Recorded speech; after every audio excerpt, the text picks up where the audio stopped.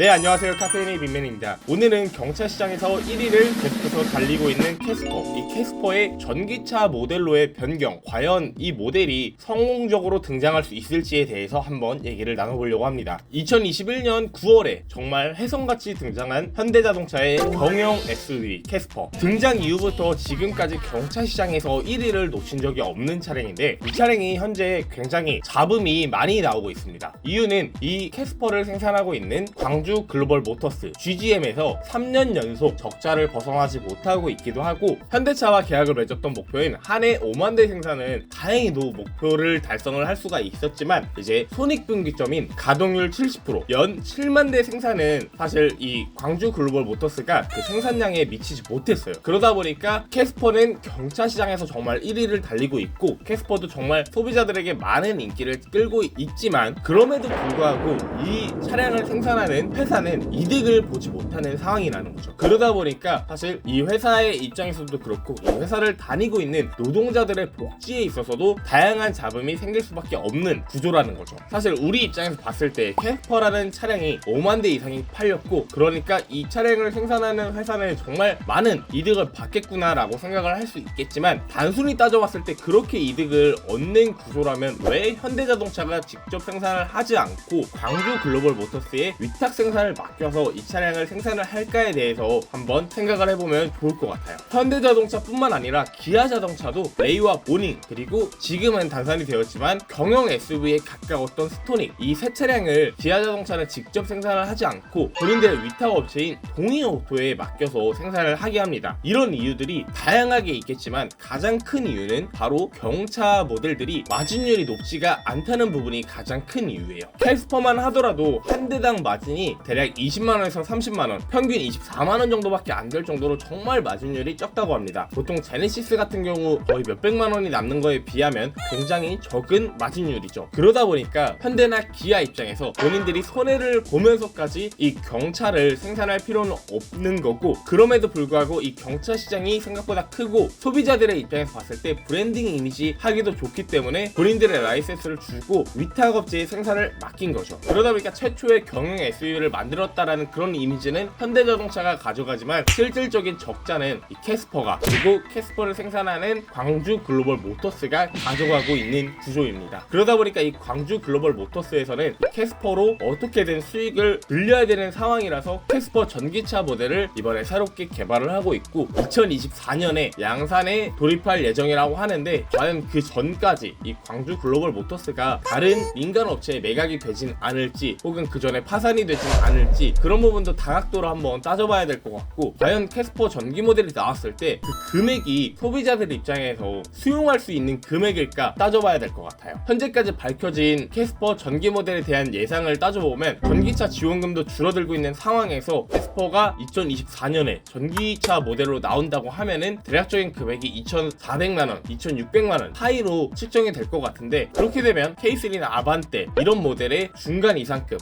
풀옵션급의 그런 모델로도 사실 경쟁이 되는 거기 때문에 캐스퍼의 경쟁력이 매우 낮아지게 되는 부분이 있죠. 게다가 캐스퍼가 전기차 플랫폼 모델이 아니기 때문에 그 구조 그대로 배터리가 들어가야 되는데, 그렇게 되면 전기차의 가장 큰 문제인 주행거리에 있어서도 굉장히 짧아지기 때문에 이 캐스퍼 전기차 모델이 과연 경쟁력이 있을까 의문이 듭니다. 좋아요, 구독!